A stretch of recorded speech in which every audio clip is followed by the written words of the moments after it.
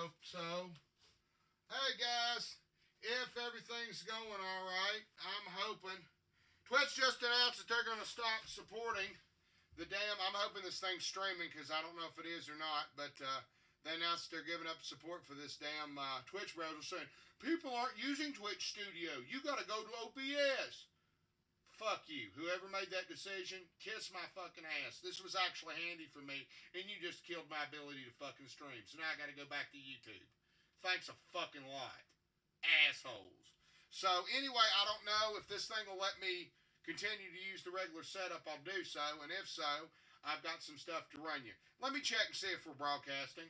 If we're broadcasting, I won't complain, and I'll just keep going, and I'll we'll broadcast like we're not going to broadcast before. You know, it'll be the last transmission if this thing goes out. I'll get it back to rolling. Don't get me wrong. I've already released a whole bunch of material, and I port just about everything over to the YouTube channel. So we'll figure out something. I'm hoping. Don't despair. All right, if it's rolling, it'll be rolling. Let me check something here real quick, guys. Let's see if we're rolling. I don't know if I got a chance in hell. It might not be broadcasting shit. But hey, oh hell, I am live.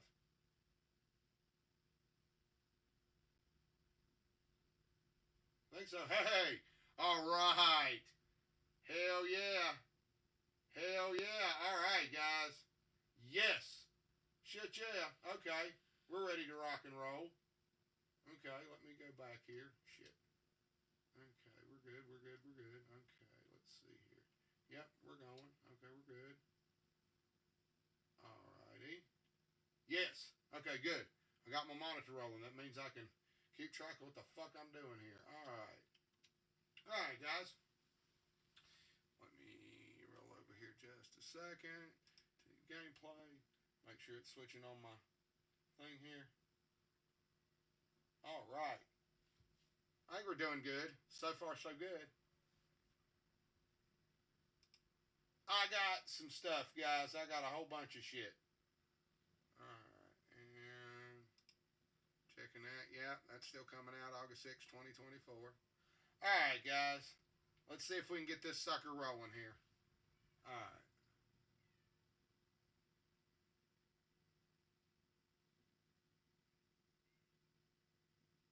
I'm watching my secondary monitor here. I gotta go get my cat in. Hold on just a second here, guys. I'll be right back. Hold on just a second here. Alright, I hear you. Oh, shit. Yes, you little butt. I hear you. You can hear squalling out there. Now look at that right there, guys. Ain't that cool? Hold on just a second. I'll be right back.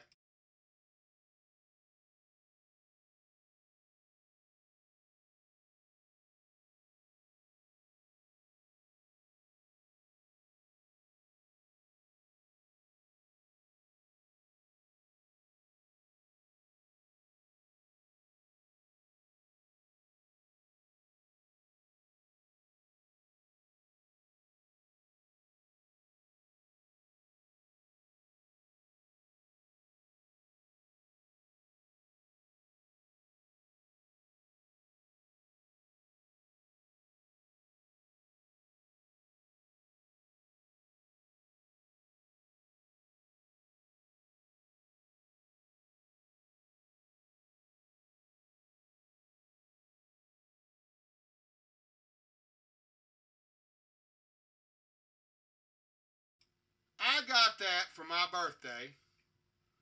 Is that not the cat's ass? My mother got me that. Pretty cool, huh? Yeah. Pretty damn sweet. It's an incense burner.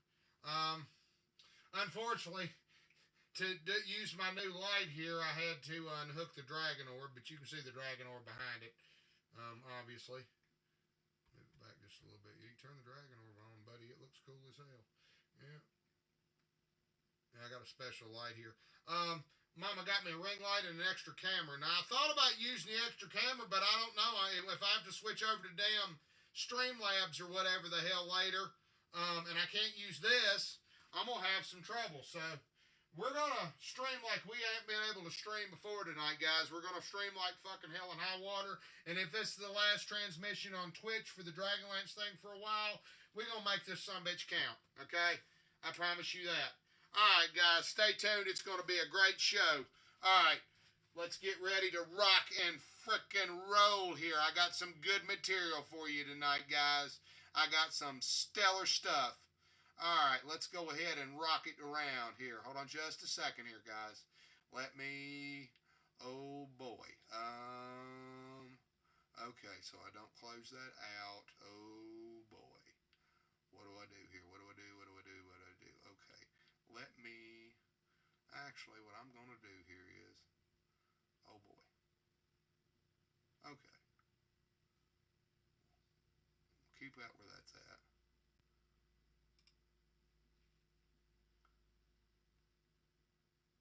We're going to close that.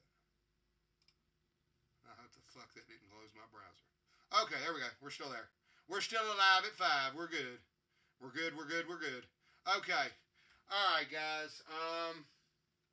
Let me make sure that I'm coming in on the audio. I don't want to fucking be completely dead on my audio. Shit. Whew. That goddamn incense is fucking strong, boy. Holy shit. Woo! It's a nice effect, but boy, it's overpowering.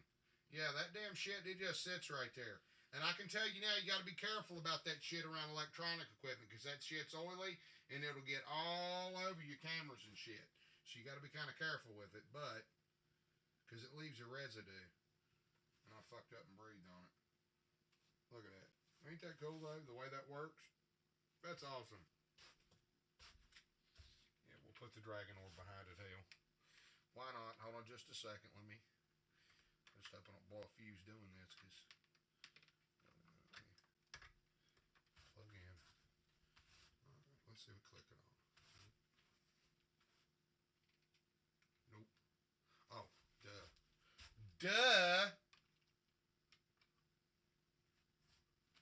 I hope I didn't screw up my electrics doing that, because it's liable to cause my computer to do some weird shit.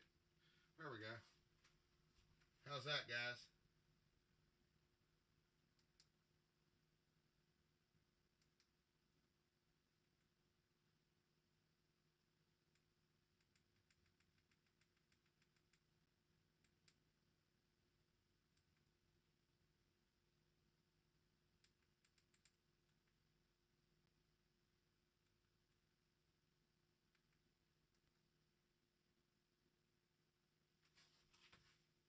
The dragon orb behind it. So you'd have to hit it to the side a little bit. There you go.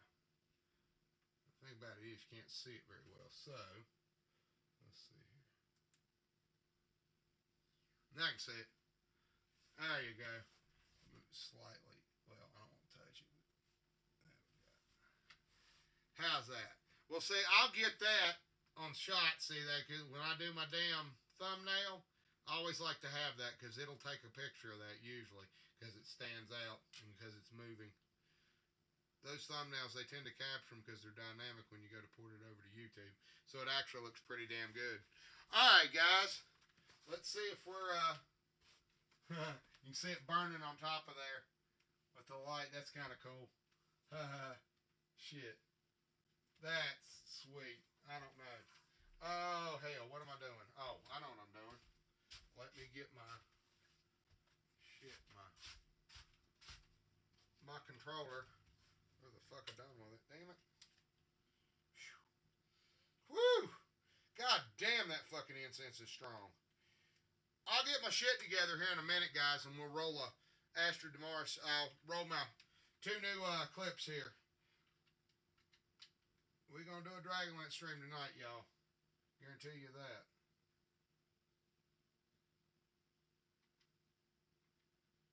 Okay.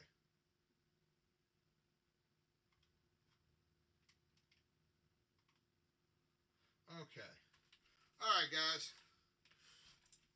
We're ready to rock and roll. Let's go ahead and get her rolling. Okay, let me pull this up. We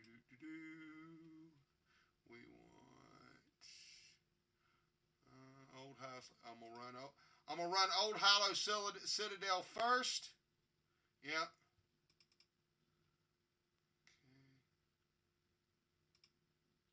Alright. That. Let me get it rolling, guys. Hold on just a second. Bear with me. Just a second.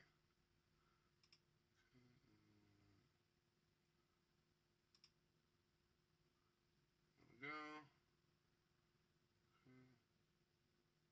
Yep.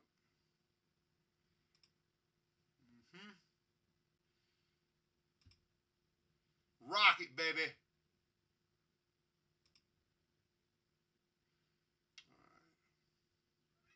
Shh.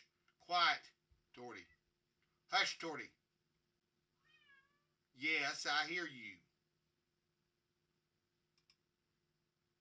Old Hylo Citadel. To look upon it you'd forget that the traces of the Hylo flying citadel itself are almost non-existent due to the crash occurring long before the cataclysm. Centuries of being grounded allowed the terrain of the Sentinel Mountains and surrounding forests to quickly overtake the crashed ruins of what had literally been an entire city and fortress uprooted by magical means.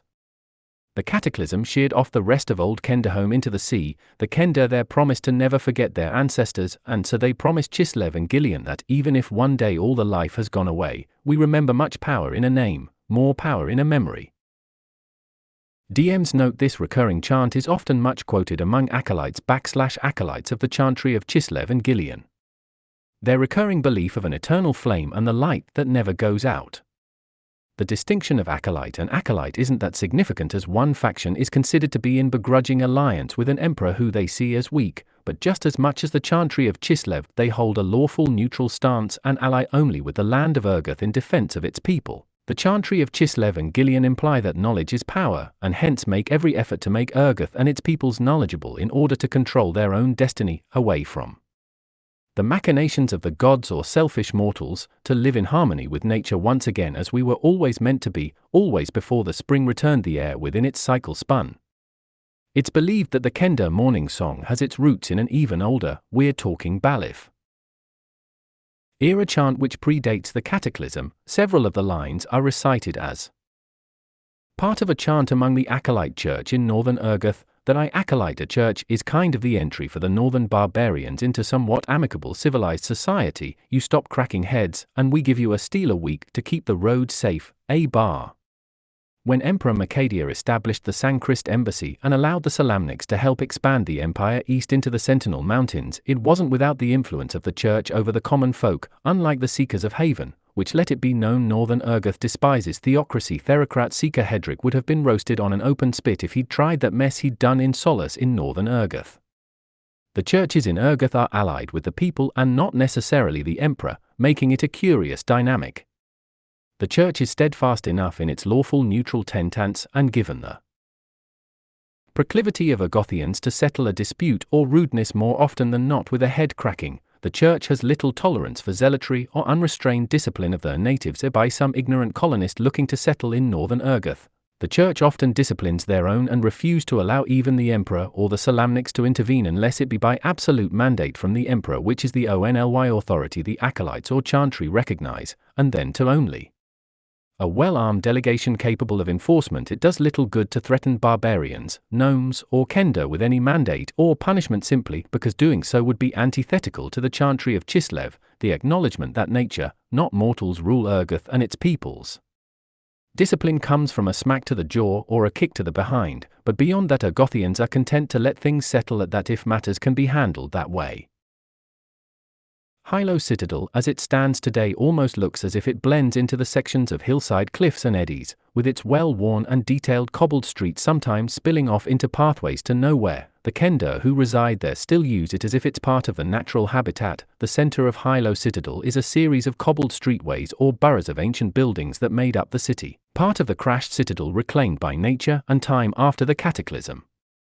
Further on leading to an ancient stone plaza with a recessed edge that keeps water in a pool where animals can be seen often. A single large walnut tree sits in a round park with a large shoe carved out of the rock sitting next to the tree. This landmark leading to the scriborium of Gillian is dedicated to a Kender who lived in the days after the cataclysm. Kender refer to it as Arskin's walnut, but many aren't sure what the meaning of the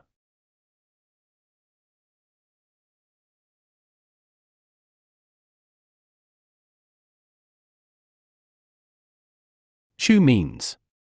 DM's note Walnut Arskind the Cobbler's Son. DragonLance. Tales 2 Trilogy Volume 2. The most important structure in Hylo Citadel is the Scriborium. This particular building has been around since the pre-cataclysm days, and the lower levels actually connect underground to many locations in Urgoth. It's speculated when the fiery mountain fell, many of the Kender and dwarfs hid below in the tunnels beneath the citadel for a few years until it was safe to come to the surface again. During that time, it's speculated in the years after the cataclysm the acolytes had attempted a long-abandoned tunnel system to thwart the Empire. The upper level and watchtower is open to visitors, but anyone trying to enter the lower levels without permission are quickly escorted off the grounds with a warning not to try to enter again, or risk a smacked hiney. A common penalty for young Scriborium candidates if they horseplay or cause mischief around the library is a harsh smack or tap with the tip of a whippick, a common Kender pole flail carried by female Kendermaids outdoors. Sister Astrid Damaris has been known to attend that smacking of the butts. In all honesty, it's the only form of corporal punishment that Kender would even abide by, and this in itself is a mere joke. For example, 3 Kender got drunk, 1 or 2 did little infractions, while the third managed to set fire to a horse stable while trying to show his friends a neat trick for this infraction after they were nabbed, much to the chagrin of the dwarf constable hired to bring them in. Judge Thistlenot was feeling generous that day, hanging Judge Royb in fashion. Cron let him off with a whack on the butt and the promise to never do it again. Harsher penalties result in being deported unless you're clever enough to sneak back in. Also to note, attached to the upper levels of the Citadel Plaza leading onto the Watchtower Trail are Serindar's Rest Tavern, a relatively quiet outpost, which depending on the season that the upper levels are being maintained and used for a myriad of things other than judicial proceedings, also doubles as a makeshift barracks and clubhouse / alehouse for the newly minted Cron's wardens. The elder Cronin Thistlenot has his own lodge next to the Windseed Manor, mostly kept off limits to anyone except of the Windseed family while he or his son are away. The lodge house resembles a plainsman's village palisade complete with a fire pit, a semi-intelligent non-hostile, usually, ogre who also has as many as 1d12 Kender who act as chaperones and guards for the Windseed and Thistlenot families. This is where they stay when not on duty in the manor. This rambunctious coterie of Kender known to keep the place hopping at all hours, with many Kender coming in off the trails for a quick nightcap before heading back out, stopping only to listen to a story or 3 or 4 before heading back, if they can stand from too many ales. The adjoining Windseed Manor is a cluster of buildings with terraced gardens built atop the buildings in spots on the front edifices where the edges of the mountain reclaimed the streetways for a time. Workers cleared away the debris, but landslide from the inevitable weathering away of the mountaintop by the elements has made it a futile effort. The Kender decided to make use of the loose clay and soil accumulating up against the backside of some of the ruined porticos and lodge dwellings by simply reinforcing them with walls pulled from the cobbles and debris, and once enough soil and accumulated rainwater made it into these terraced trenches, the Windseeds began terrace farming, filling them with all the seed-bearing plants they could find. The result was a literal explosion of wild vegetables, fruits, and nuts. After several hundred years, they trained the terrain to fit around the buildings in a way that when it does rain, they can divert the water anywhere they want by digging and filling more terraces and routing the trenches to divert the water, at the same time using what soil is there to help nurture plants, which in Urgotha's climate is essential for a balanced ecosystem. Which leads to the second marvel of the Hylo Citadel, a large immaculately designed gnomish water mill wheel which diverts the incoming flow of water off the mountain to be used for a myriad of things. The most significant place within the Old Hylo Citadel is the Scriborium of Gillian, which inhabit the lower levels of the watchtower dug out by the dwarfs, and they spent a significant amount of time ensuring the place was safe from intruders. Little does anyone know this place also serves as a sanctuary for documents and artifacts predating the cataclysm. Its main custodians are an elf, a minotaur, female, and an innumerable amount of Kender and gnomes who work as junior scribes collecting information and depositing it with the many archivists. To gain entry to the Scriborium of Gillian, you must be admitted by the head librarian, the aforementioned Minotaur female who goes by the human name of Liaison, and she does not take to most visitors, as 80% of anyone who arrives is told no entry. She is mighty partial to goatsucker jerky or chocolate quarsits, but with the exception of scribes, the conclave of wizards, or somebody important. Enough to make a 7-foot-tall Minotaur custodian take notice, nobody just commonly struts into the scriborium unannounced or unattended while Liaison is on watch. The rest of the inhabitants of the Citadel grounds cheerfully refer to her as the Warden, and she seems to fit the title well. Nobody is sure if Liaison actually reads any of the books herself, but she is quite adept at throwing them at intruders who annoy her. Liaison is known often to toss many a meddling kender back out into the street squealing insults as she turns on her hoof and goes back into the library caves to access the damage and see if anything was stolen from the front counter. The many kender homes and scats are evident along the trails, as many have kept their residences commonly adjoining each other for ease of access. Kenders are masters of the rope bridge and tree or log connection to almost any dwelling. If you don't like to climb or have poor balance, or are overweight, certain sections of Hylo Citadel will be difficult to traverse. The kender like to climb, and it shows. On ground level is where human travelers often become bewildered that an entrance or exit to a dwelling requires crossing a bridge, climbing a rope, or even jumping into a bucket to be pulled by crane into the treetops, from which they can then cross to reach the privy. Kenders will put hatches, ladders, and ropes where there aren't any just to access it at a later date. Tars once remarked that in some spots Hylo Citadel looks a lot like Zaxxarotha's sunken buildings, except it's not swampy and moldy, just more mountain and jungle vines covering everything. Hunting or poaching large game in these areas can incur severe fines from Kron's wardens, a regiment of kender specifically assigned to live on the trails and paths of the Old Hylo Citadel and point visitors to up the hill, as they say, toward the business district or towards Legup or down the hill toward the trails, either to Lookit Falls or the Gobwatch Valley overlook connecting this way to Kermonth Canyon Pass.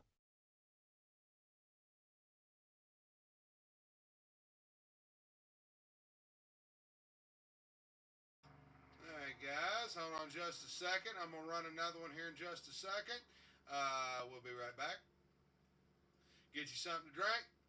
Keep ready, keep posted. We're going to be running quite a bit tonight. You know, if this is going to be a stream, it's going to be a stream. So I'm going to make the best of it, guys. All right. Bear with me. All right. Hold on just a second here. Let me get... Ooh, boy. Okay, what do I do? Okay. We go to here. Close that. Okay.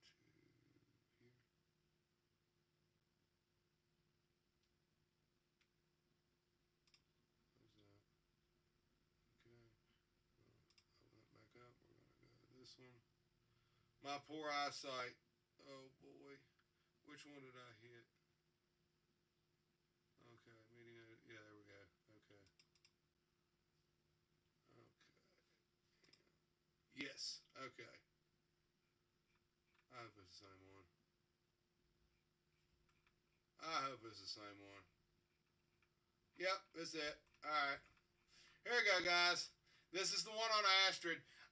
This is part of the module that I was working on.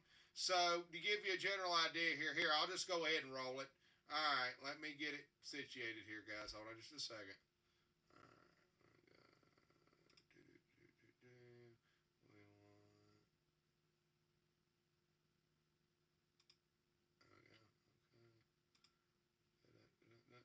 Okay, and I hope we got this right. Just a second here, guys. Okay. There we go. Alright. Hey, there we go. Alright. Let's see if this son bitch will read and it don't pause on me. Alright.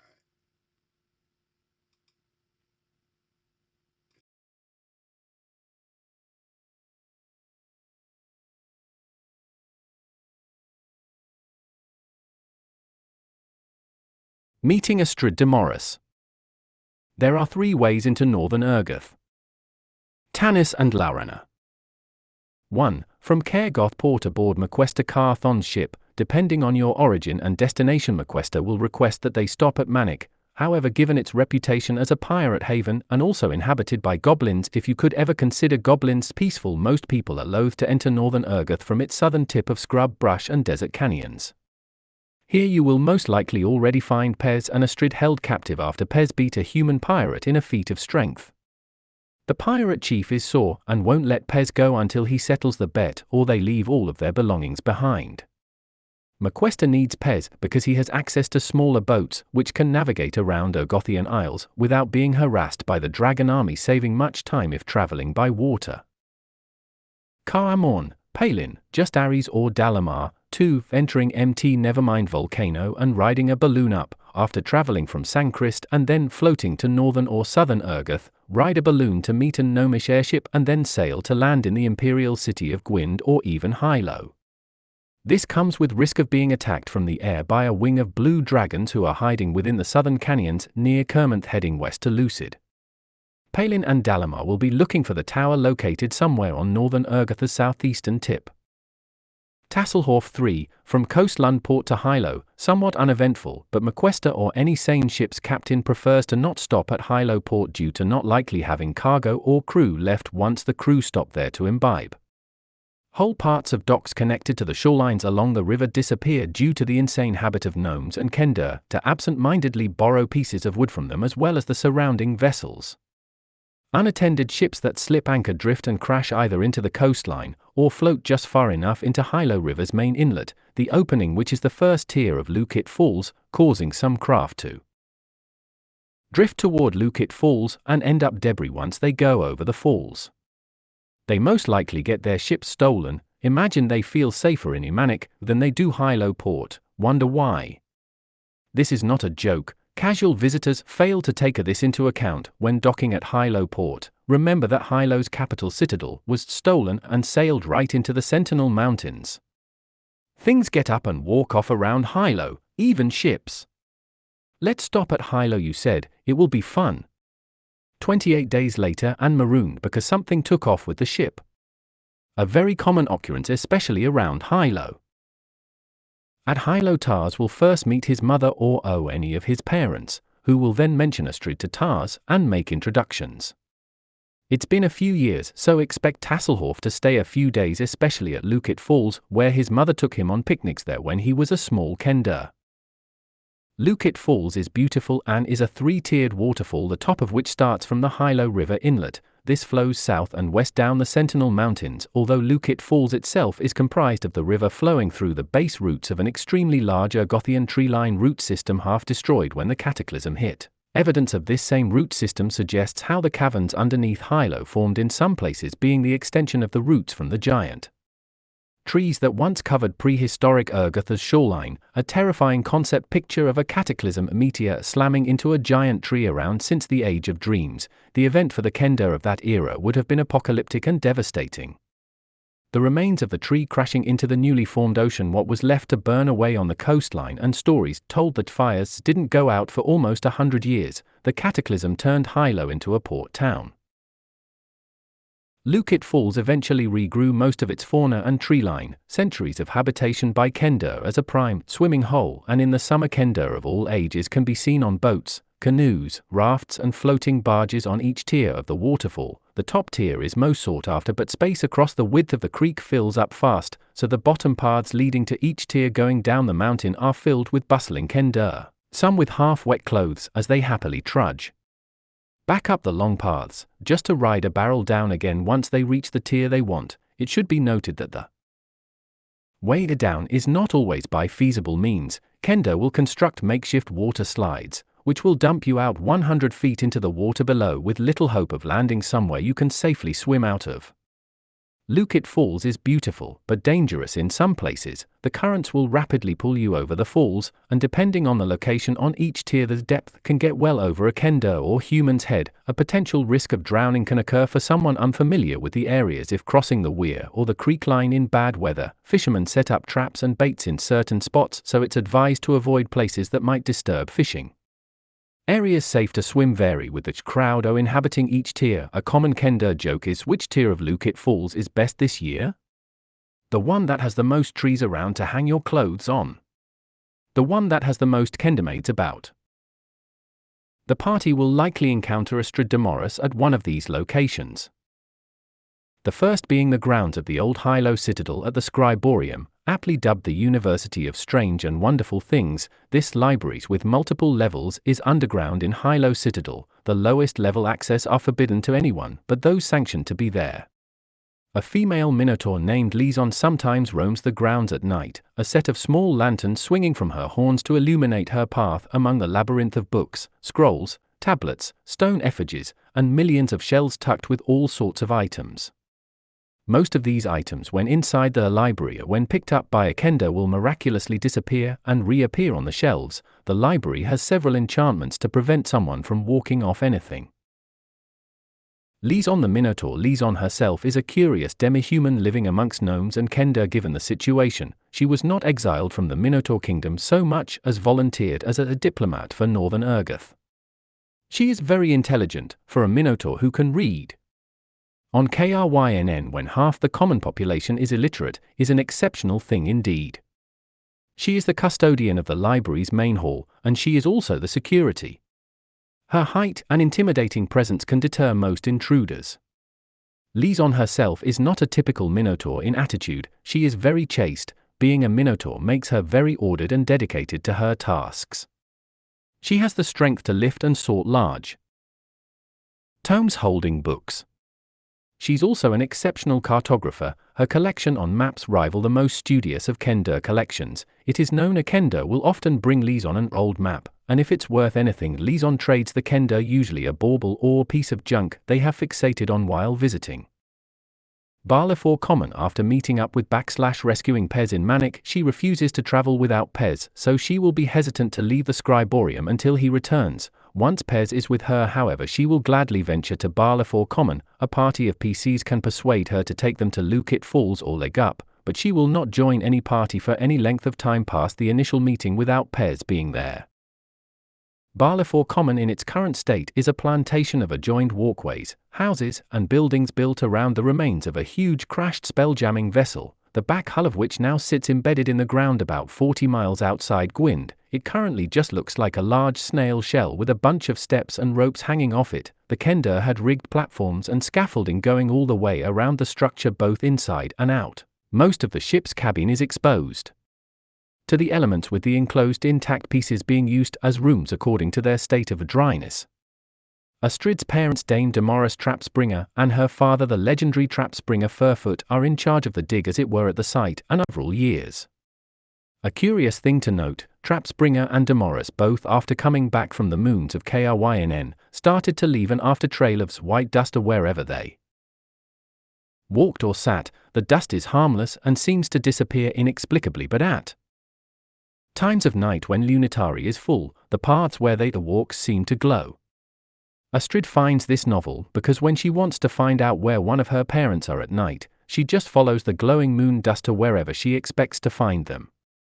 Nobody is sure why this happens, but it might have been due to their honeymoon on the moon long ago. Astrid tends to be somewhat reserved around her parents. Her mother picks at her and is a diva in her own right. Her father is somewhat absent-minded as of late due to being a kender of advancing age. Uncle Trapspringer is still the oldest kender in Kenderhome to have made the journey from Barleyford to Urgoth 4 times, each time of which he will be glad to tell you in an extremely long Baroque many-layered saga, at which point you will fall asleep if you're lucky to make it past the part where he shot an owl bear with his hoopak and felled it with one shot. Yeah, right. Mount Nevermind or Castle Gunther in Sanchrist. Anywhere outside of Urgoth, Astrid will mostly stick out like a sore thumb in mainland Ansalon. Her attitude towards the party will differ depending on whether any kender are in the party, including Tars. If you traveled with Tars, she's much easier to persuade if the party is made up of humans. If Tars isn't there and Pez is with her, she will act slightly antagonistic toward any humans who fail the initial charisma or intelligence check upon their first encounter. Astrid just doesn't believe humans are up to the task of helping forge dragon lances like they claim to be. If any humans in the party annoy her, she will holler for Pez with a loud aparaz, at which Pez appears and jovially asks who the strongest human in the party is. If nobody steps forward, Pez proceeds to grab the nearest PC he considers looks the strongest and wrestle them to the ground until they say uncle, along with a short repeated phrase in Urgothian taught like a linguistic lesson just to mock the offender in a humiliating way, as it is recited by Astrid as Pez gleefully attempts to hold M down and squeeze M like a snake. DM's note: it's ill-advised to let Pez lose in front of Astrid, as she will cheat and go as far as taking a beehive and throwing it at the party, then escaping only to return later with 6 of Pez's boys, all stocky island Kender, with 2d4 plus 2 hit dice and strength of 16. Pez is the strongest Kender in Ansalon, so his stats are well above the racial limit usually allowed for Kender. Use unarmed wrestling rules in AD&D2e Player's Handbook. If the players survive all this but still insist on fighting, Dalamar will show up and kill one of the party for harassing Astrid. A fair fight and show of honor to Pez by a NY character who beats him in whatever challenge he requests from the PC. Pez will not wrestle or fight anyone weaker than him that doesn't initiate combat. Any mage characters, he will insist they roll a few dice in a game of chance to see if they win. If they lose, Pez will admonish them for trying and take whatever valuable they have on them. If Pez loses the game of chance, he will accuse the person of cheating him, but will begrudgingly leave the characters alone after that. It is advised to not upset Astrid if PCs want to stay in good graces with Pez. If Astrid is encountered in Hylo, she will most likely request to travel with the party to Ligup to deliver a mail. When asked about this, she says it's official businesses and urgent. She explains to the party her bodyguard and chaperone Pez Thoroughfoot was supposed to return north to Hylo a week ago to travel with her, but somehow he didn't come back yet. A day ago, a carrier pigeon flew in with a message saying that Pez was in Manic, send help. Read the following description to your players. Elho. Who hast come to visit mine Kendikin on this day? Oh. Who is you May? Is this a human? Ho, human. Humans have body hair. You're very tall human. I am Kendikin. Welcome to Hylo, Northern Urgoth. Kender in Urgoth often pronounce it as Hylo instead of Hylo, which, contrary to the origin of its name, Urgothian Kender take great pride in differentiating their cities from others. I sees you from Abanansinia, ya? My name is Astrid Damaris Trapspringer. Yes, I am Astrid. My papa is Trapspringer Furfoot. My mama is Damaris. I am their daughter who knows the many important Kender things. These things I can tell you. I learned them at the University of Strange and Wonderful Things. It is a silly place, but serious in that we will change the world someday for the betterment of all Kendikin. I speak in many ways. I am an acolyte of the Chantry of Chislev and Gillian, alongside my duties as scribe and engineer. A great many things I know, human. I have not seen a human before this day. The Kender then proceeds to recite perfect Old Salamnic, impressive in its own right because she's a Kender, but most Urgothians speak a variant of Old Salamnic anyway. It should be noted, like a non-English speaker getting the nuances of the language for the first time, in this case being common, Astrid punctuates her speech with certain phrases to get an idea of her cadence. Listen to Dutch, German, or Hungarian. Brother Theodore Gottlieb or Zaza Gabber with their accents and phrasing. A small high-pitched but heavily accented voice comes trailing up the path. You look to see a small and pretty but very stout and well-fed Kendermaid with blonde hair and slightly almond-shaped green eyes, with porcelain skin but a smattering of freckles across her nose. At the moment she is dressed in a cleanly starched peach cloth embroidered robe with a small wide-brimmed hat that was pointed like a wizard but slightly rounded at the top. Around this was draped half a shawl held in place with a brooch. You hear the clack asterisk of her little wooden sabot shoes on the cobbles as she steps forth and gives a polite curtsy.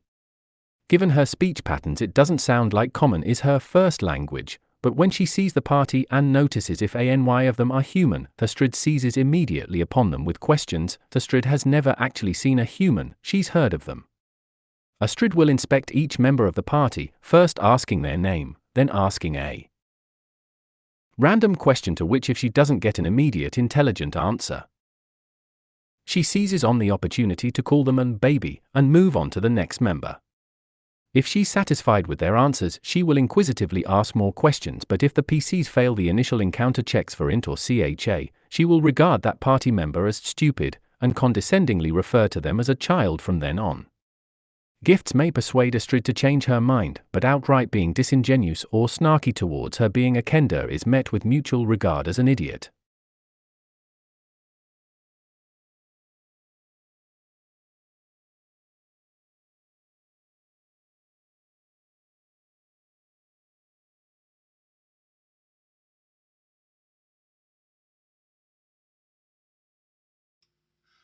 right, guys. What I just showed you a minute ago, okay, that was bits and pieces of a childcraft book published in 1954. There was a story in it called Nanette Visits the Chateau.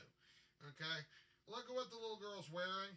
Okay, they describe that, well, she finds a dungeon, basically, and she's running around the house and finds a secret room, and it's a dungeon. Okay, but if you'll notice what she's wearing, I thought of putting that, incorporating that in the design motif for Astrid Damaris. Okay, that's some of the reference that I was going to use. Guys, I don't know about this thing where they're getting ready to change the support for what I'm using right now. Well, I'm used to streaming on Twitch. I can go to YouTube, but like I said, I got to get all my shit set up for it, and I won't be able to use my damn... I got all my backgrounds and shit, and I'll have to fucking redo that. I don't know how the fuck I'm going to do it, but I guess I can do it. I don't know. I'll figure some way to fucking do it. I don't know who in the hell made that decision to discontinue the use for that, but fuck you guys. That really sucks. Oh, nobody really wanted to use it. No, there was a lot of people using it. It's just the fact that you just want to change your little terms and service and shit every fucking time somebody wants to use something. They like to curate their audience. Assholes. Oh, boy. Anyway, guys, we'll try to ride it out as much as we can. I'm live. I'm streaming, so we're rolling. Okay, so we're going to enjoy some Dragonlance. This is a Dragonlance stream, so I'm going to keep it rolling for a minute. You know, we'll sit here and enjoy ourselves. I'll think of some stuff to talk about here in a minute. I'll show you some of the stuff that I came across. Just give me a second. I got to take just a slight bit of a break, catch my breath here. Okay? And we'll be right back. Okay?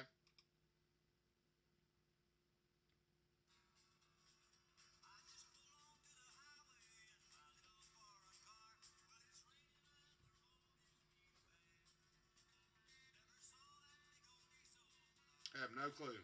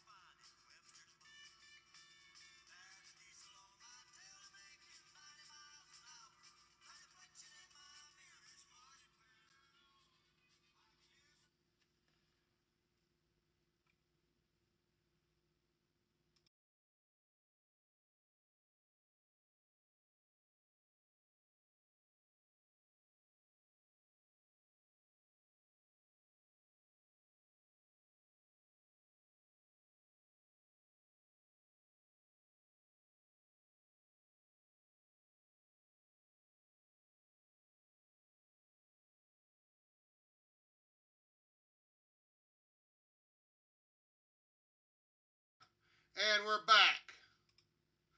Okay, guys. Let me get it situated here. We'll have us a little bit of a sit down. Oh, boy, oh, boy, oh, boy. All right, let's see if you can see me. We'll turn this around here so I can talk at you. Oh, boy, guys. Every fucking time that I get into a mode or get comfortable with something, these assholes change the rules on me. Every single fucking time. Okay, I haven't been streaming in about 2 or 3 weeks, or at least about a month, partially because of my health. I ended up with this damn cannabinoid hyperemesis shit. What it is when you take marijuana continuously for pain, long-term marijuana smokers, you develop something called cannabinoid hyperemesis. It's when you stop smoking, you sometimes... Smoking marijuana is like taking anti-nausea meds, so when you stop smoking or you have been smoking for a long time and you resume or you get sick or something like that, it causes a allergic reaction or an autoimmune reaction, and you'll start breaking out in sweats, you'll get sick, you'll puke, and they actually have to give you anti-nausea meds and to stop you from puking. They've got a name for it in the ER called scromiting.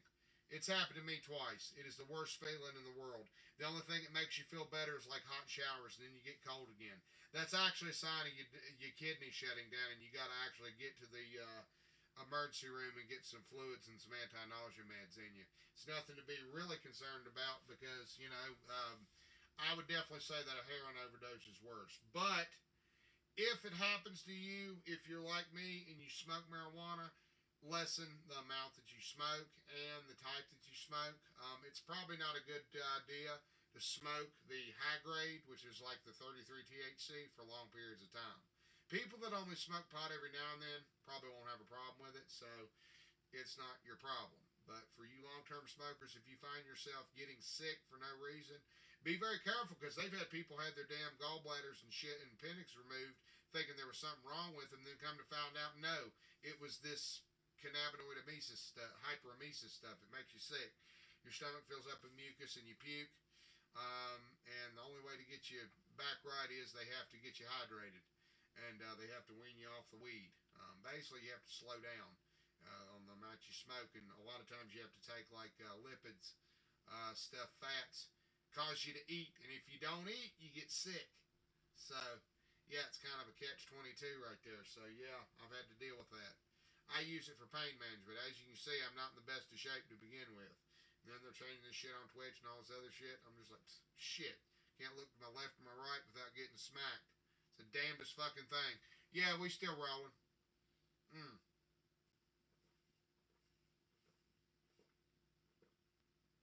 I'm thirsty. Alright. Guys, like I said, I want to thank you all for tuning into my streams. This is not the end of my streams, I'll tell you that right now. I'm hoping that I'll be able to maintain on Twitch. Usually they change their shit every couple of weeks. I'm still using this damn thing. They said they were going to stop supporting it on May the 30th.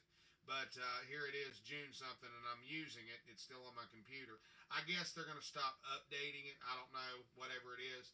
I'm not really using any bells or whistles on it. I'm just using the main camera port and just to broadcast.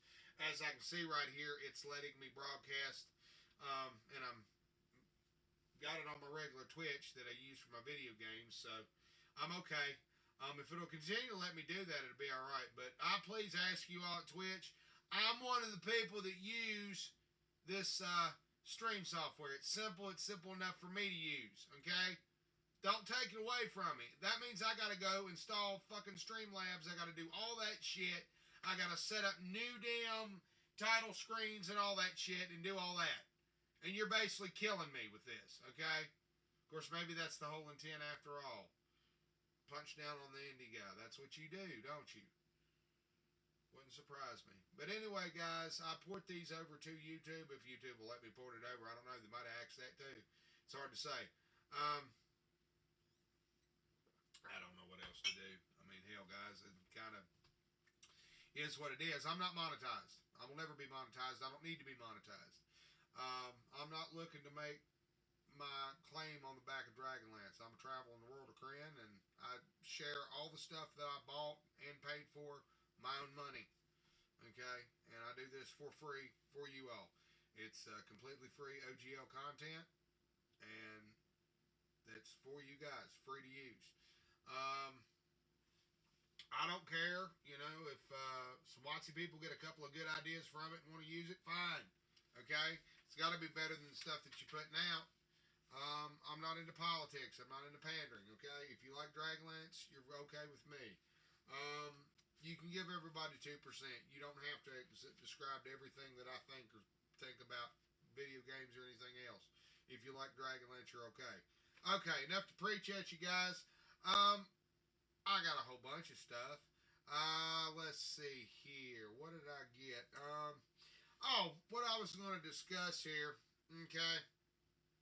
The first quest adventure book and rules book. Okay. The first quest adventure was Advanced Dungeons and Dragons. It was just an introductory thing to teach it. One of the methods that they describe in here. Okay.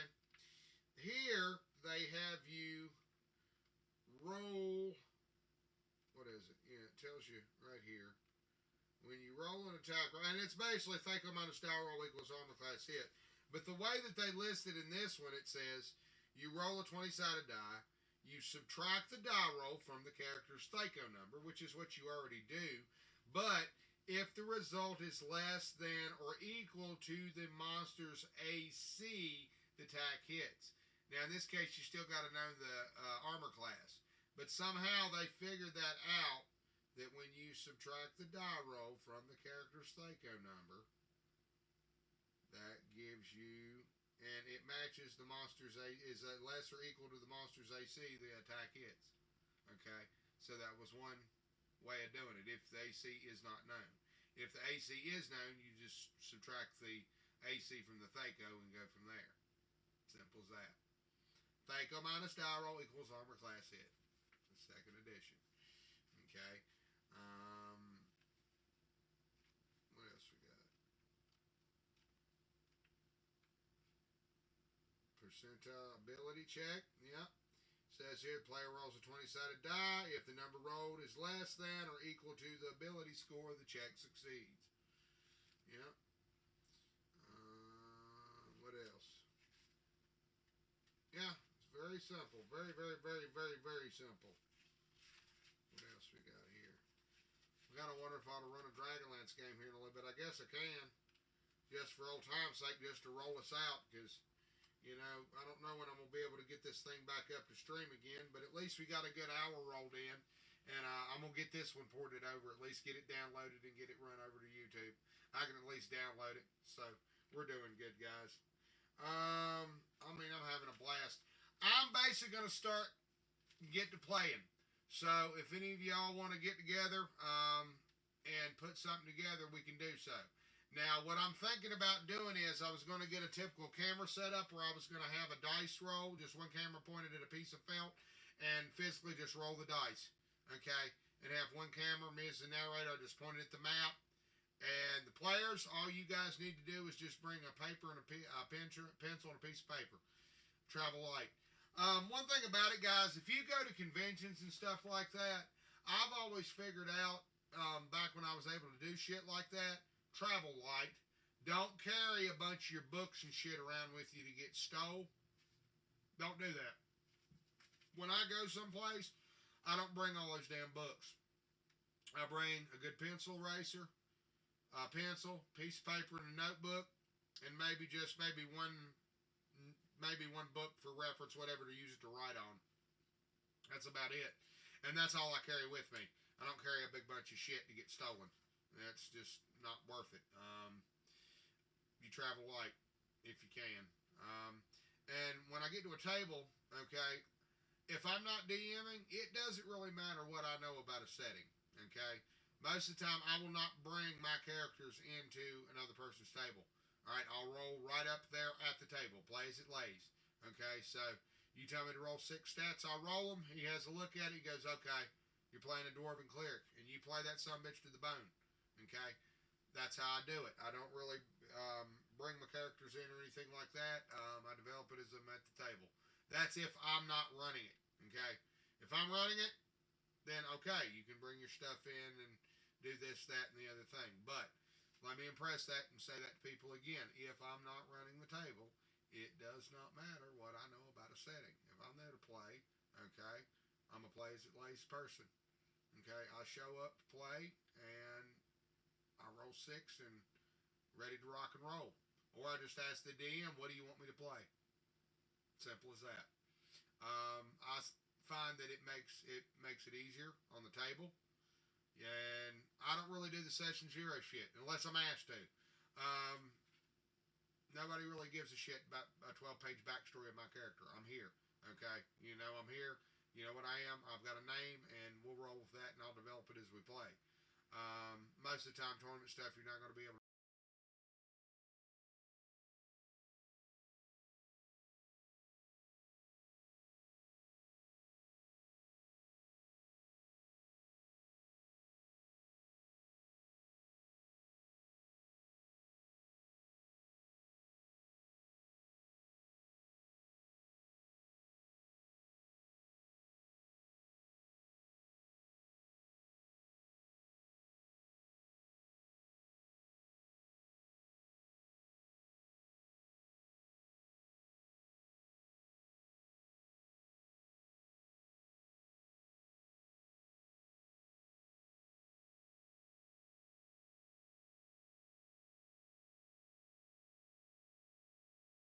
Wait a minute.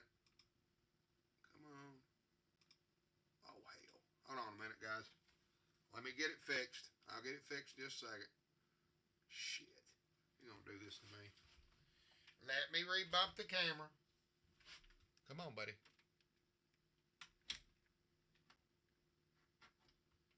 Shit. Boom. There we go. Yay. Reboot. Woo. Hot damn. All right. Conked out on me for just a second. It might do it again. I got a new camera. Yeah, I got another new camera, a whole new fucking webcam, son bitch.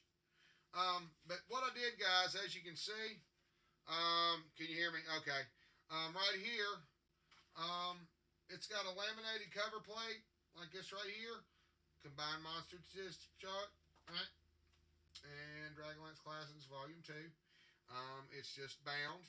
It's a piece of paper bag that was painted, and then it's glued, and we use a special book glue on it. Okay, but as you can see, these come out pretty damn good. Yeah, this is the one for Ergoth. Okay, I'm going to use this one quite heavy when I start playing. Okay, and I'm already started. Okay, my next step is to do take the tables for one thing and make a Dragonlance Oracle. So you can roll it up, you know, you can pick his kinder, shit like that. But here you go, guys. You can get these. You can find them on drive-thru, or you can get them from someplace else that are a little bit better quality. It's up to you. I'm not going to tell you where to get them. You know where to get them. If you know, you know. I paid for mine, unfortunately, and when I found them again, they were of much better quality, but I already paid for them, so I can get out the ones that are much better quality, and so I did. And so I had these and I printed them out. I sure did, but I bought them, I paid for them. Fucking drive-through assholes. The original Dragonlance, the original PDFs made me so damn mad. I got to looking at the damn things. Yeah, they made them lower quality on frickin' purpose. Not these, but the originals. I was looking through it. I'd run across one. The scan of it. What can you do, guys? But, yeah, this is the classics volume. These were actually better put together than the original modules. The original modules are okay if you can find them. But if you want to get the 2E, get these ones. This is probably better to go by right here because it's got volume 1, 2, and 3. Yep. Alright, guys. Let's see here. What else I got here? Let's see what else I got. We could roll it out with some Dragonlance, I think. I'm going to roll it out with some Dragonlance. I'm going to play me some fucking Dragonlance. You bet your bippy. Alright, guys, hold on just a second here. I'm trying to think of what else I could run here in PDF form. I ain't ran a whole lot. I'm kind of wondering because there's a whole bunch that I need to finish running. And I don't know if it's going to let me do it. Damn. I mean, well, I don't know. I don't think it's going to stop me. But I'll try to get back on later and do it again if I can. Let's see here, guys. Hold on just a second.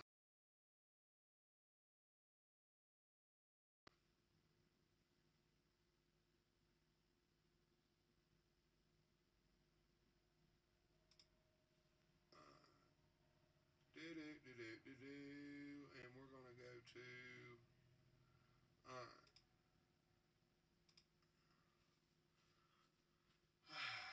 let's see here.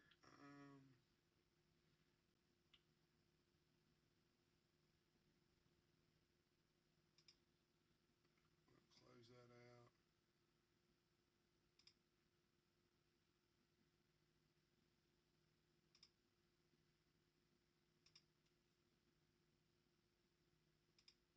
Okay.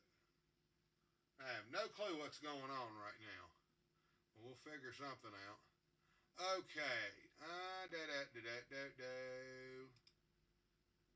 we go. There's my screen right there, my pretty little screen. Alright, hold on just a second here, guys. Let me see if I can get some game rolling here. Alright.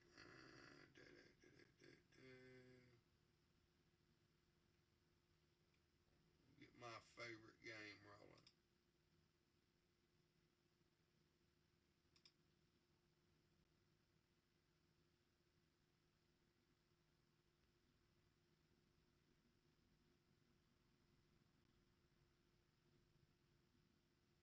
Oh, it's gonna fucking make me wait through this shit. I hadn't launched DOG in a while, so it's gonna be fucking stupid for a moment. Hold on just a second here, guys.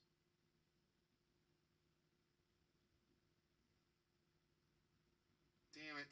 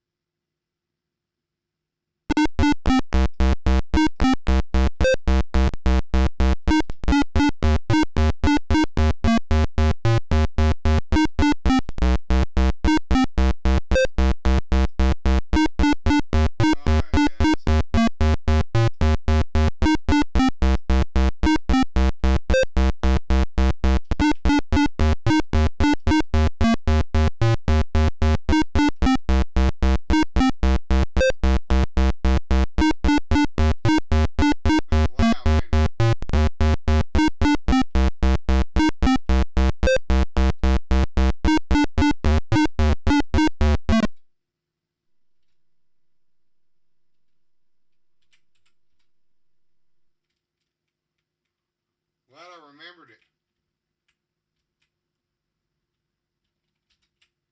Is it rolling? Okay. Alright. Alright. Always had to remember. Okay, guys.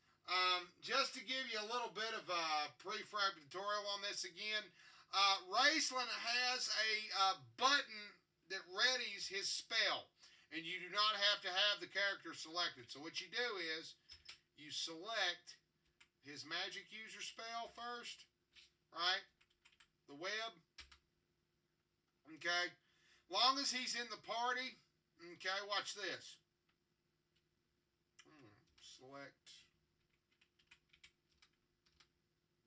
As long as he's in the party, it will cast. Well, it'll cast it when you're in there, but it'll also cast it when you hit. I think it's the shit. I want to say the damn one of these buttons. Shit.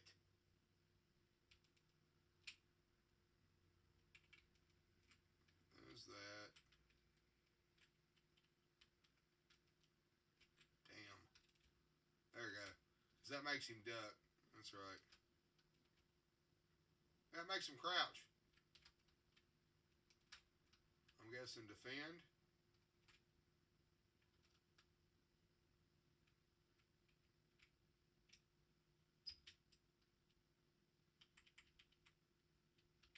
But anyways, one of those buttons, I think it's the same as this one, as the, here's the lance. He's got a spell ready button. Shit. I'm just trying to remember which one it is.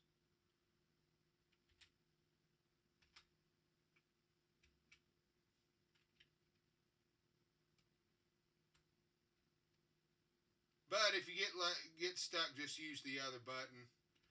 But in Dragons of Flame, it doesn't. I know that. Shit. He didn't even look for the fucking trap. What a bunch of bullshit.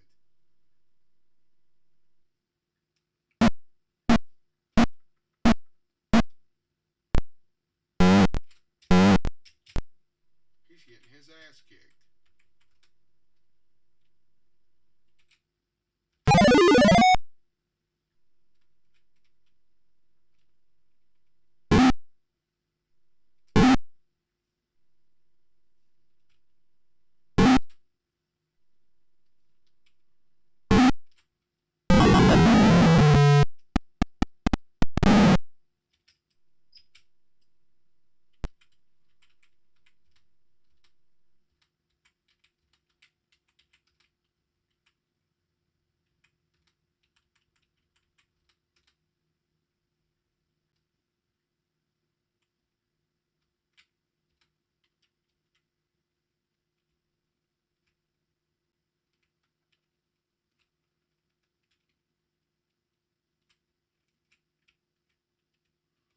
animations on this were amazing, though.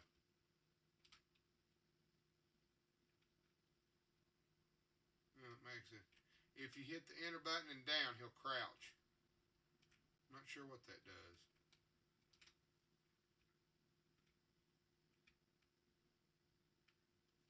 I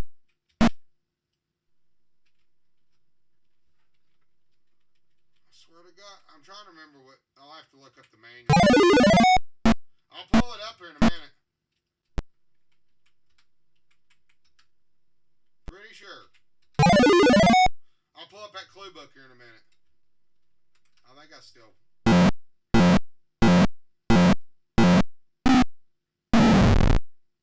Chaz whacked him in the nuts with the hoop act.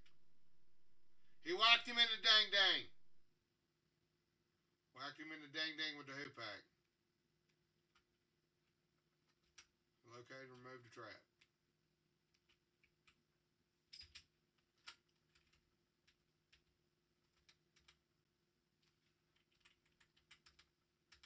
Alright.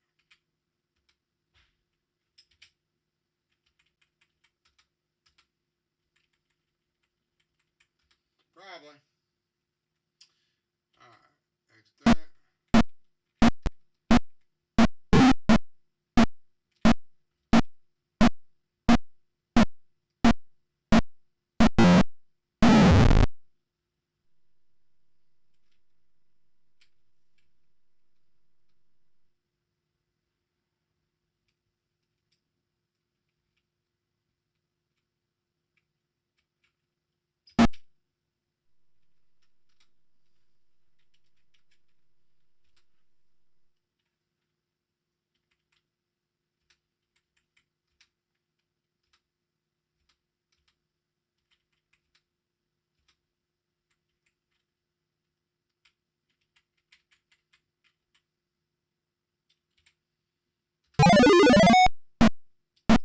Oh, for fuck's sake.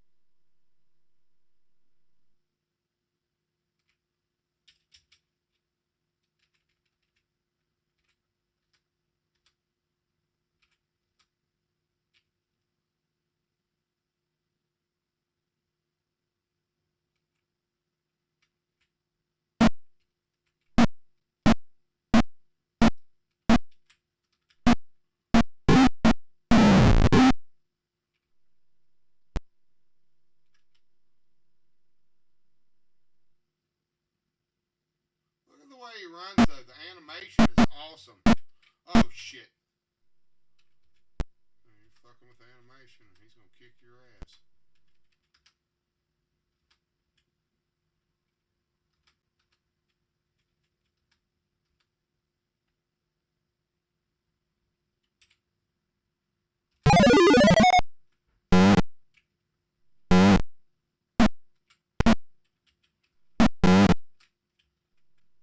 Damn it! Use your fucking. Oh, shit.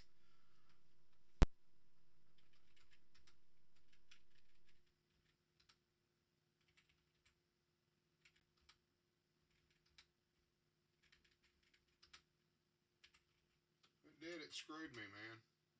Shit. Damn it, I screwed it up.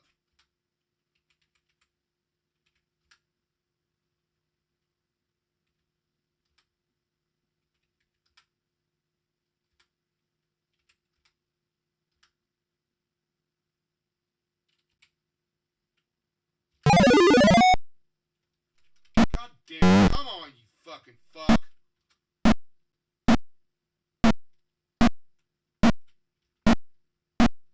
Hit him, god damn it. Come on. Which one am I supposed to... That's what it is. The wrong button. Damn. Yeah, I screwed up on that. fucked up on that. I definitely fucked up and killed my party on that. God damn it.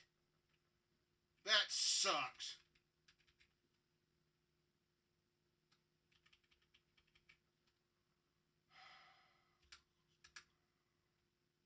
Shit. If your party gets killed like this,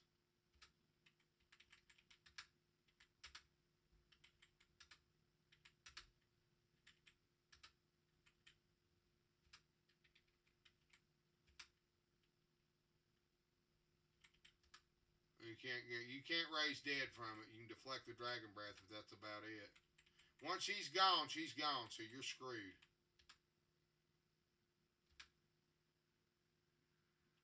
Well, that's where I'd stopped it.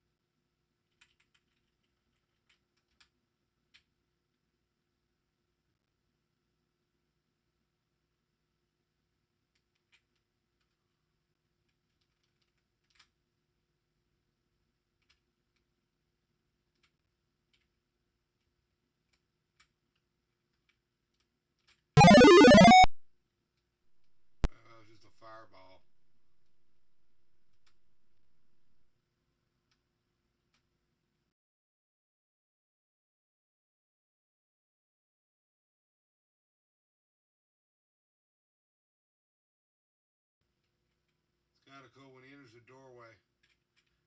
But it's cool how they did the animations.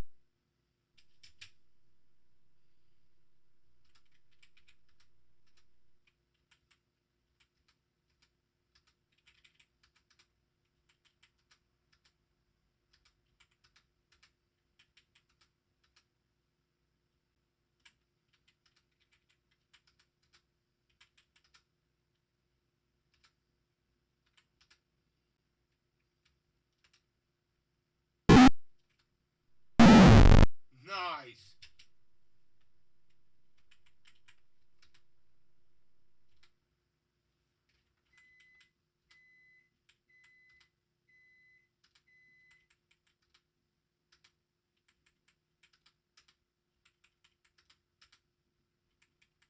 You get points for that shit.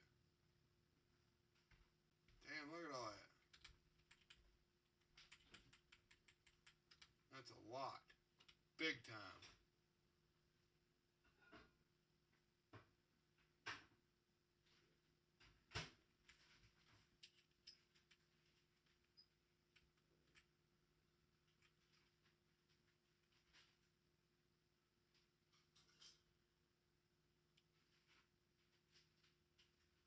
There's a salamander here somewhere.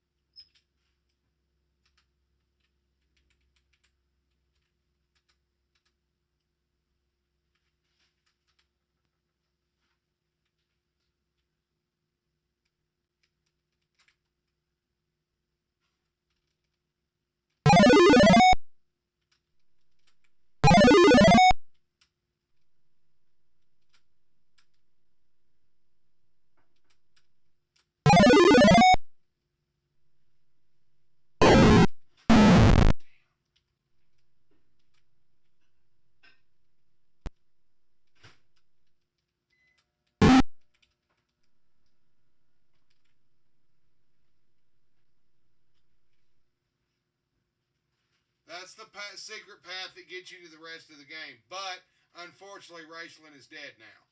If you can successfully cross that path right there, that takes you down to the second level. When you reach there, you're near the end of the game.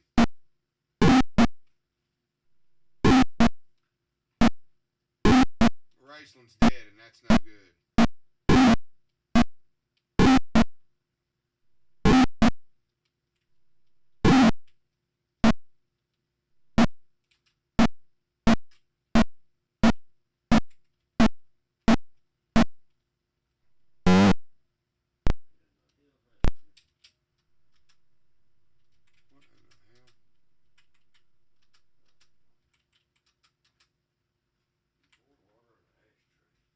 Yeah, it's a incense. I couldn't get it to go out.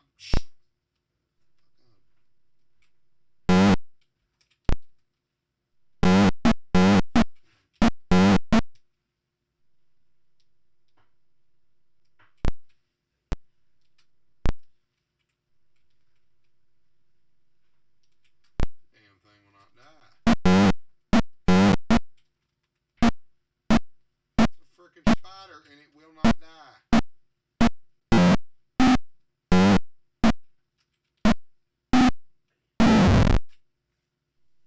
They're all fucking dead.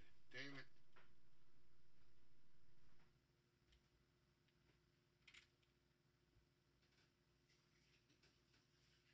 Well, they're all dead, so now I can't do nothing.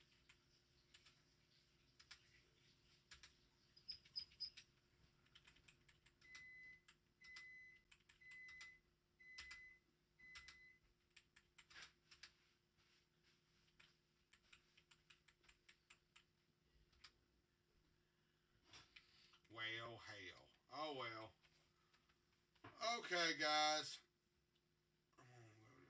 Yeah, whatever.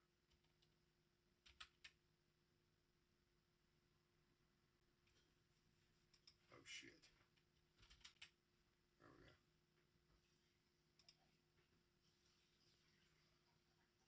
Alrighty, guys. I'm going to... Yeah, that's what I'm going to do. Just a second here, guys. Close that up. Alright. Alright, guys. I'm going to end it out for the night. I don't know what the hell they're going to do with this damn streaming shit. The situation. I don't want to have to upgrade my damn streaming software. But it looks like I'm probably going to have to because they're changing all this shit because they're not supporting it anymore. So, I got that shit to have to deal with. But anyways, guys, thank you all for tuning in. And like I said, tune in to the DragonLanceSaga channel. He's doing the 40th anniversary of DragonLance. And also to add, Margaret Weis is going to be selling 40th anniversary cover plates, I believe, at either GaryCon or Gen Con, one of the two. Look it up on her Twitter. You'll see it. Not like I can go to it, you know, I'm stuck here at the house. But anyways, guys, thank you all. Yeah, we're celebrating the 40th, and this one come out in 1999, and this was PSR's 25th, okay, and it was DragonLance's 15th. So, don't you feel old now? Yeah, I was a baby when Dragons of Autumn Twilight was first published. So, there you go. We do this for what we do. We do it for the love of Dragonlance. Anyways, guys, thank you all for tuning in, and I thank you all. I'm going to try to get back on and stream more often. Like I said, check out my YouTube channel. I've got a lot of the Burfoot audio sourcebook stuff on there. I'll continue to stream on YouTube. Even if this Twitch thing don't pan through, I'll still continue to stream on both. It's just, as far as you know, the format. I'll figure out something. Whatever it is, they ain't going to stop me. They never did. They tried before. They're not going to. Guarantee you. The only thing that's going to stop me is the good Lord and death.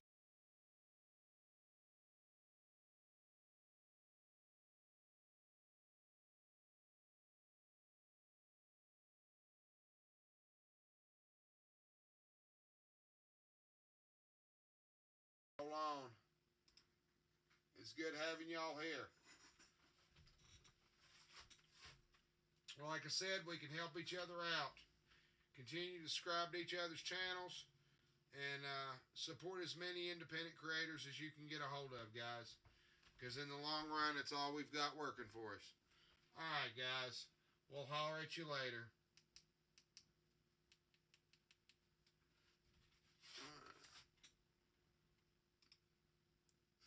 Yeah, it froze. Okay, guys. This is Engine Joe. Y'all roll on.